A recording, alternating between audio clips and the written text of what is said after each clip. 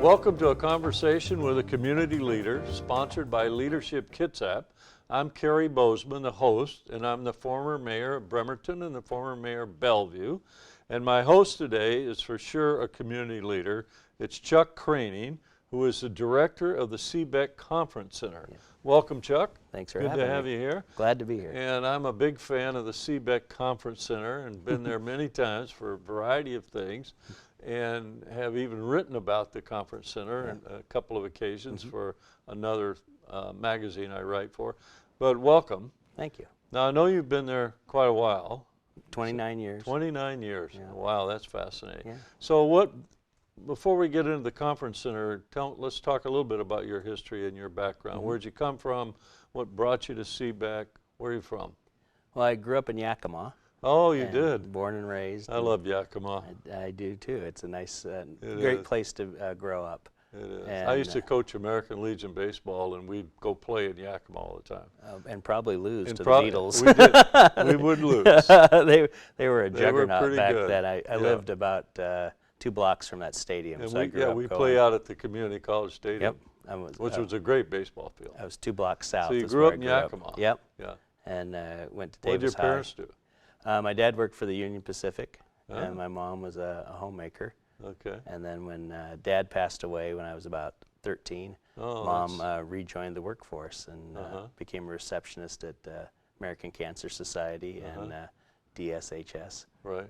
Yeah, so it's a good town. My sister still lives there. My mom just passed away in January, but we still have her house she bought in 1950. Oh. So it's being sold this year, it looks like. Well, I'm sorry to hear that, but yeah.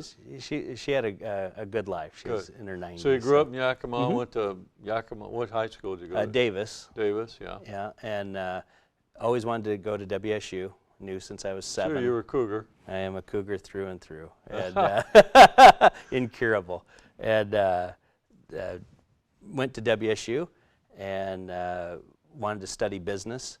And then when I got there, I was introduced to hotel restaurant administration, which I didn't even know was a thing before I got there.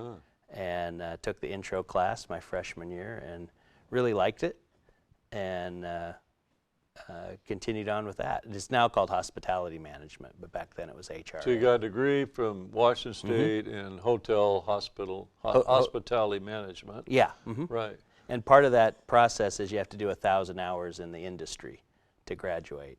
And a friend of mine got a job at a conference center, Camp Houston, in Gold Bar. It's an Episcopalian place up on Stevens Pass. Yeah. And he was a cook, and he wanted me to come be basically a salad chopper.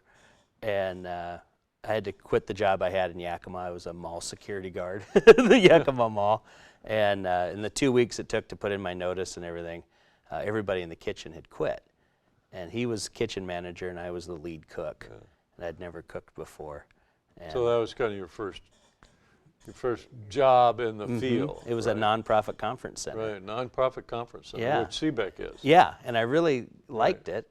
And I went back the next summer, and the director there said, "You should think about making conference centers your life." Oh. I think he said it to everybody. Yeah. But and he sent me around to look at different conference centers on my days off. And I came out to Seabeck, and I didn't like it. You didn't like Seabeck? It was in pretty bad disrepair at that point, and I was just looking at kitchens, and we remodeled it shortly after that. And then I worked at another 2 conference centers. It took me 5 years at Wazoo. I like to say 2 terms, Reagan and Bush. Yeah. What were the other conference centers you worked at? Camp Burton on Vashon Island, and really wasn't a conference center. It was a French camp called Canoe Island. It was out in the San Juans. Yeah. And that sounds like a pretty good life, working at places like that. it's kind of what I decided. When I was getting ready to graduate, I thought, I always thought I was going to be a Weston or behind the desk of a Marriott or something. So you came and visited Seabeck. You weren't that impressed. I wasn't. Maybe a little depressed by it. A little bit, How did you end up at Seabeck? Well, this was before the internet, so I went to the library, and there was a book of Washington businesses, a directory, and there was like 31 conference centers in the state of Washington. and I sent my resume to all of them. Ah, that's Just cool. cold, and 2 of them responded. One was Seabeck, and one was a place called Seabeck out in your old neck of the woods, out in kind of Issaquah, Bellevue area. Yeah. And it was a little different job, but it was a little better job at Seabeck, but a little more restrictive with some of the things the organization wanted to do. And so I accepted Seabeck without realizing that was the place. So you got interviewed by the board, and No, the director hired me over the phone. oh, so you were working for the director at that point. Yeah, and I came in as just a cook. Yeah, I'll be and, darned. and then moved on to conference coordinator, and then eventually, 17 years later, I was director. So you've been the director for 17 years? 12 years. 12 Yeah. years. Now, a lot of people don't know this, but the conference center is, I know a little bit about the history because you and I have talked about it. Seabeck was an amazing place back in the early 1900s. Let's talk a little bit about the history Yeah. of Seabeck. It was founded in 1856 1856. by Marshall Blinn. He sailed around from Maine. Took him 190 days to sail around South America and back up. Did he know where it was going, or did he just He did. happened on to? He had been a master on a boat and had come into Seabeck Harbor, Seabeck Bay, and noticed all the wood and thought it was a perfect spot. There was a natural spit and protected harbor. And he went back to Maine and gathered up a lumber mill in the hold of his ship and sailed around to San Francisco and started the Washington Mill Company. Right in Seabeck.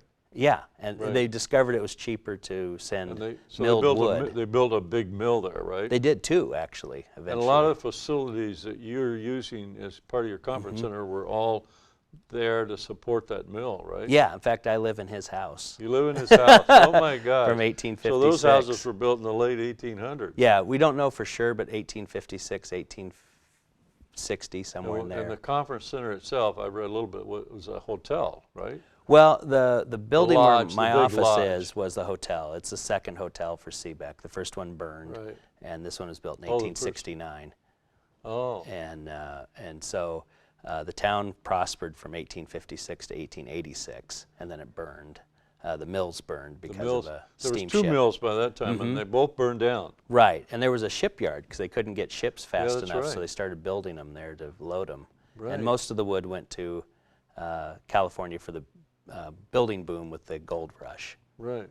So Seabeck, about that time, a little bit I read before our conversation, there's 400 or 500 or 600 people working there, right? Yeah. It was a big community. It was, and it was boats left all the time for San Francisco, so there's stories of people walking from Seattle to Seabeck because our boats left So more what often. happened after the mills both burned down?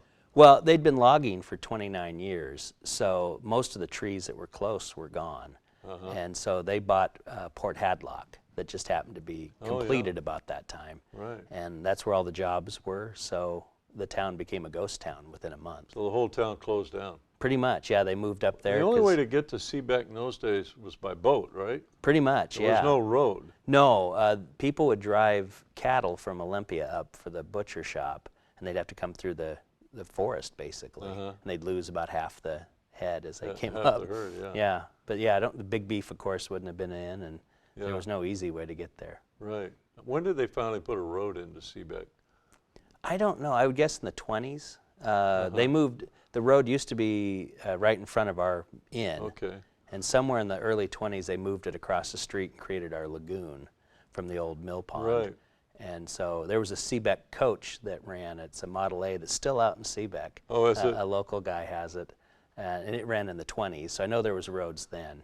So Seabeck, the community that we now know as Seabeck, started out, a guy sails around from the East Coast and starts this mill, and that was successful. And they started another mill, and then they had to build their own ships there Yeah. to support the mills, and then for some way, somehow, everything burned down, Yeah. and the Seabeck kind of went dark Yeah, for about 30 for years. 30 years. Yeah, we Wow, say that's there's amazing. 3 30-year histories. There was 30 years as a All town. right, so what started it back up?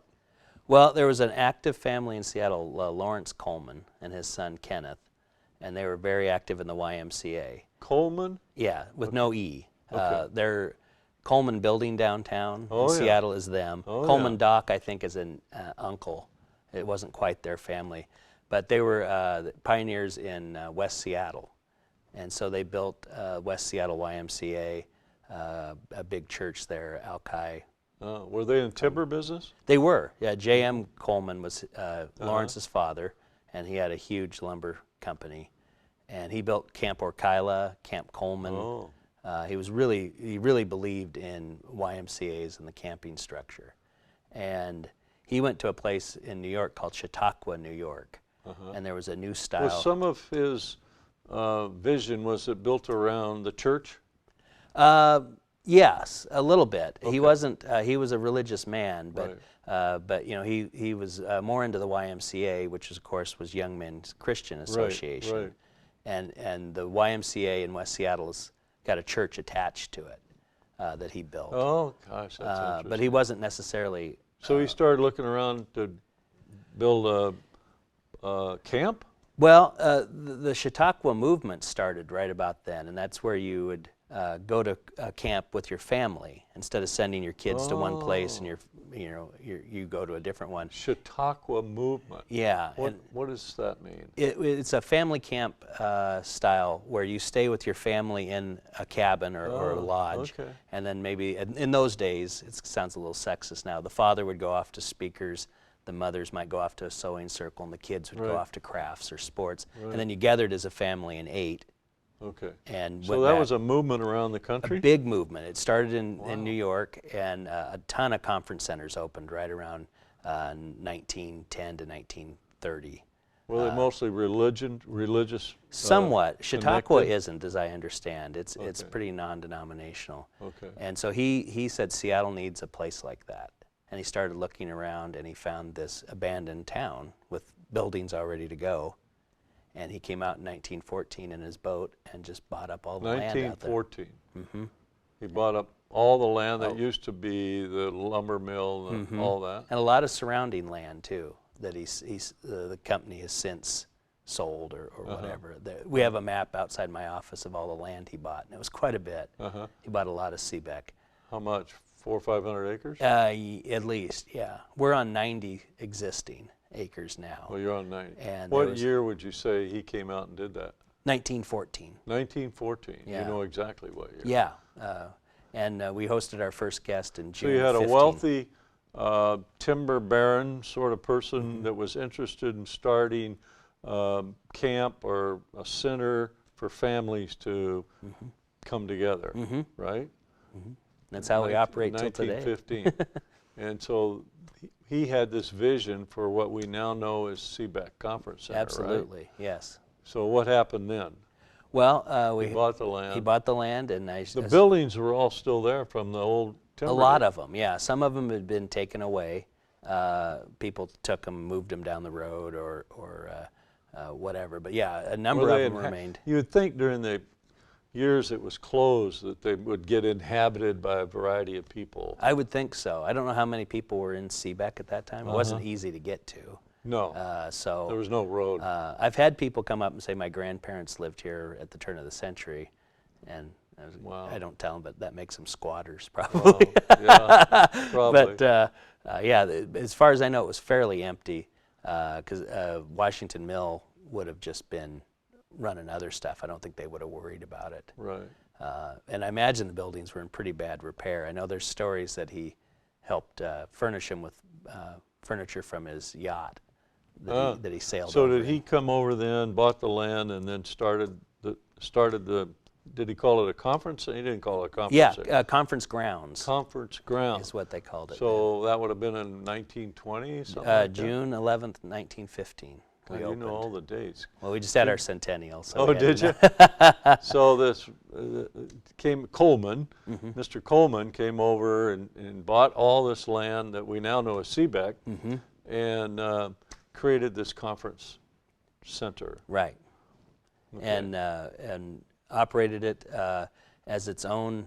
It was run by YMCA people. Oh, it Our was? first director was Arn Allen, who was a general secretary of the Seattle Y, and he ran it for 29 years. That's the Wow. that's the 30-year period. So it was a YMCA camp, so to speak? It was, yeah. It was just used during the summer. It was mostly for Y leadership groups, college groups. The first group was college kids, college leaderships. A lot of high schools did their leadership out there. And they ran from about mid-June to Labor Day. And it was never owned by the YMCA, but we're certainly based on them. And when did they cease to be involved, the YMCA?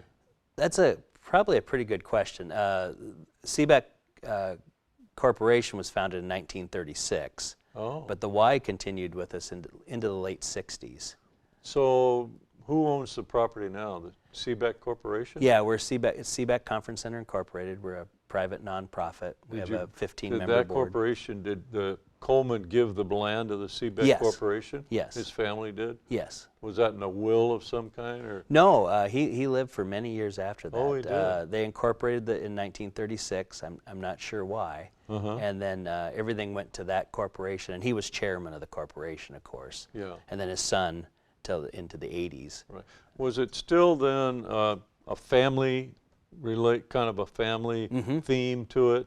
Most times, yeah. Most times. And was there a religious theme to that also? Only to the extent of the YMCA's religion.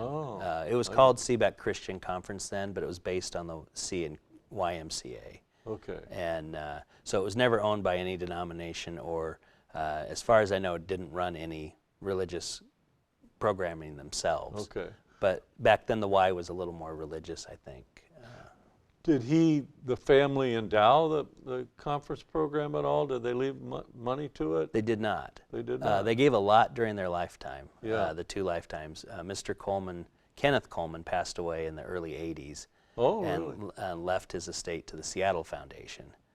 And so it was a real struggle in the 80s and up to about the early 90s because we'd always had this benefactor. Right. That if we were a little short on money, he'd write a check. He'd build a building. He built the last building of his era in 1979. Oh. And we didn't How build old enough. was he when he passed on? He must have been pretty elderly. He had to be in his 70s or 80s, yeah.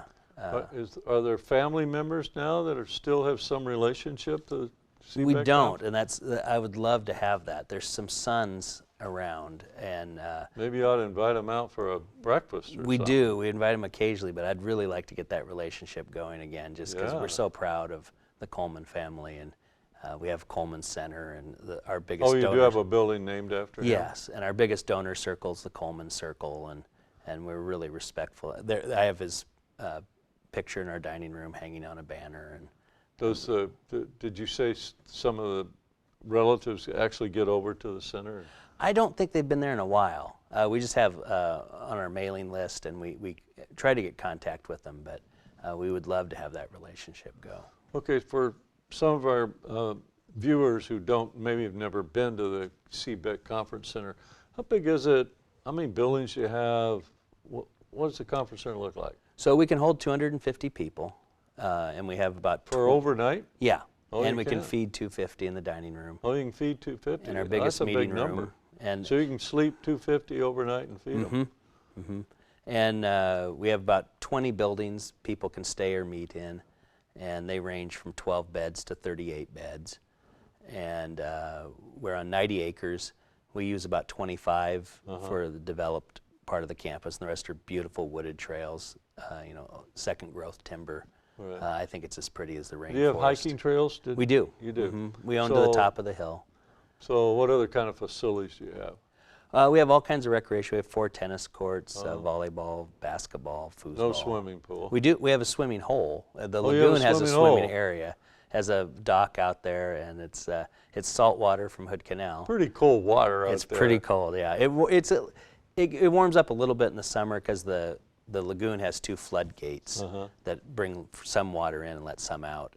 And then we have rowboats and paddle boats. And it's a big part. And so you also get, because I've been out there for a lot of meetings, you get a lot of just people conducting meetings rather than coming out for a conference or something, staying overnight. You just get a lot of day meetings. We do, yeah. We're a little limited because of our nonprofit status. We can only help other nonprofits. Oh, In fact, I was going to ask you that. So you are a nonprofit 501c3? We are, and yes. you have a board? Yes. How many on your board? Right now there's 12. It can be up to 15. And how do board members get appointed?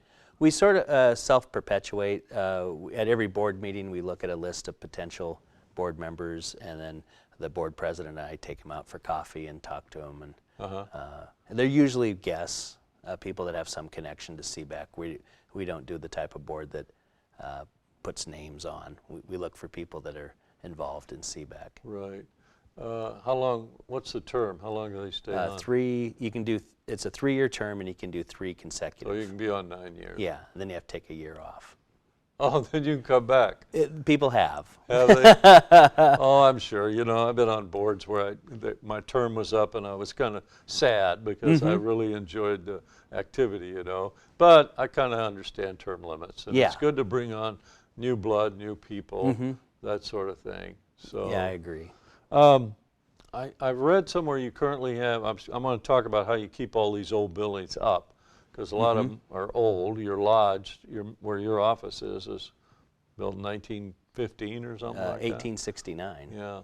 Yeah. So maintaining all that costs money. Yeah. But you've got a campaign going on. You're building a new building. Right. Yeah. We're just. In fact, the old building is demolition started today.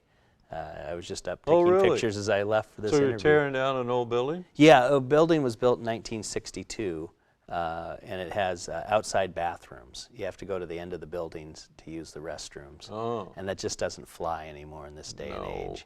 And so we looked at adding bathrooms and different things, and it has... Which building was this? It's the Pines. The Pines. It's at the top. It's a beloved building. The meeting room is a great glass-fronted building that's been on the property like 60 years. But we looked at and realized we're just kind of perpetuating a lot of the problems, so we're taking it down and starting new. So the new one's 15,600 square foot, 20 private bathrooms, all wheelchair accessible with an elevator, and 2 big meeting rooms, and it's really going to be it's a game changer for the property. This is the first new building you built for a while, isn't it? Well, we've been in a little building boom. Have you? I've built 5 different facilities in the last 7 years. Wow. We did a capital campaign for our centennial and built Huckleberry and Salao. They're 2 16-bed units. And then so what's the cost of this building? How much? $3 million. $3 million. Yeah. So you go on a capital campaign to raise that money? We do, yeah. I've raised $1.8 million so far, and we have about $1 million out in asks to foundations. In the current climate, foundations don't like to give to the end. Yeah. They've had a lot of experience where people have taken the money and not finished the project. Yeah. So we expect those that money to come rolling in the next few months as we start. You the do project. most of that yourself, Chuck? Yeah, well, as part of the team, we have a really great staff. You have some development people? I have a fundraising associate that works part-time for us, Wendy Demick from Bainbridge Island. She's really good. And the whole staff works on the brochures and the accounting, and there's people that will only give to some of my staff members, won't give to me. Oh, really? Well, that says your staff members are creating relationships with, and you have a lot of groups that come back year in, year out, year in, year out, right? Yeah, one of our groups this will be their 106th year in a row. 106. And we've only been open 106 years, so. The 106 years straight they've come to the conference center. Yep. Oh my gosh, who would that be? It's the old Y family camp. Oh. They were one of the original summer groups, and they formed their own nonprofit. They broke off with the Y in the 60s and formed their own nonprofit to continue to come to Seabeck. And some of those guests have been coming 60 or more years in a row. One lady counts her in vitro year with her mother as her first year at Seabeck, and those are our biggest supporters, and it's really I was going to say those people are probably happy to donate to whatever you're trying to do, right? I'm always overwhelmed by the support we get from our guests. I have a dear friend, Betty Worth. Oh yeah. Who lives in Aberdeen, who's a big supporter of yours and of the. She's a member of that group. Yes. Oh, she hasn't been coming 106 years, but she's a long time. So how many staff do you have, and what's your annual operating budget? Well, this time of year we have about 50 We'll go down to about 35 around New Year's, and we'll go back up to 75 through the summer. So is the winter busy? We are. We're very busy. We have 4 groups there right now on a Thursday. We got that big fireplace in that lodge, you know. Yeah, exactly. That's a good thing. Quilters are a huge part of our off-season business. We have 3 quilter groups there right now. Quilting. Yeah, they love to come and get away and have their table and quilt, and we provide the food. How many people do you have cooking? Well, for a group of 200, we'll have 2 cooks, 2 dishwashers, Can you and actually 5 feed servers. 200 at once? We can feed 250. Oh, you can feed 250 Yeah. in your dining room. That is We do amazing. 28 tables of 9 in there. How do you market the conference center? Well, we have social media and web pages. Yeah. We'll do a little directed marketing once in a while. 95% or more of our groups come back every year. I heard that. So That's we don't do a lot. That's an amazing number, that 95% of the people that come for a conference return. Right. I think it was 97 last year. That's amazing. Yeah. Nowhere in the world is anybody doing that well. We're really lucky to have the guests we have. They love Seabeck, and our buildings are finally catching up to Well, our that means a customer couple service. of things, Chuck. A, your staff's doing a great job of providing them the service that they want or need, and you've created relationships with these people, and that's the secret to people returning. Yeah. So you and your staff should.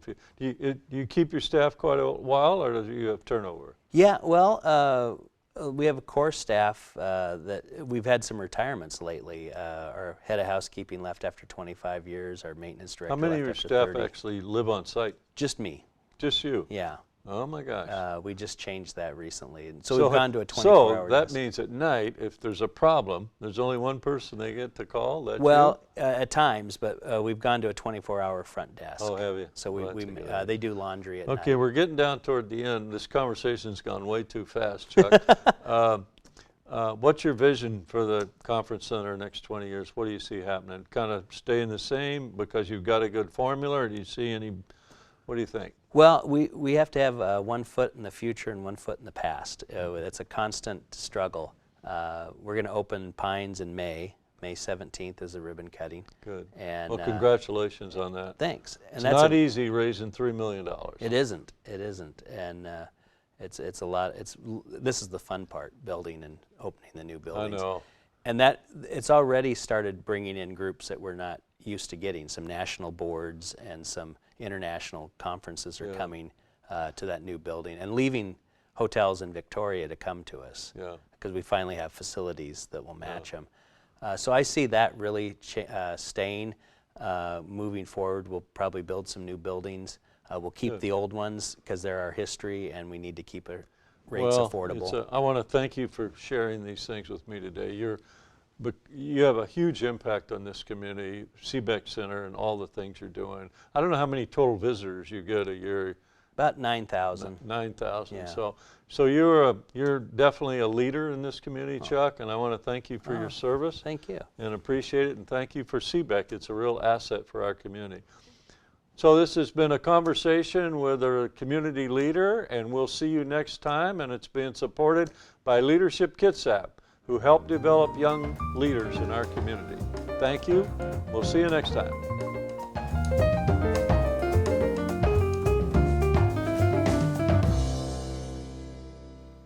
Leadership Kitsap is our community's civic leadership program. Leadership Kitsap fosters and empowers educated, prepared, and engaged community leaders. For over 25 years, we have cultivated leaders that work collaboratively to create positive change, dedicated to making our community a better place to work and live. We expose our class to Kitsap's leaders across public, private, and nonprofit sectors. We're happy to bring many of the conversations with these leaders to you. Strong leaders build strong communities.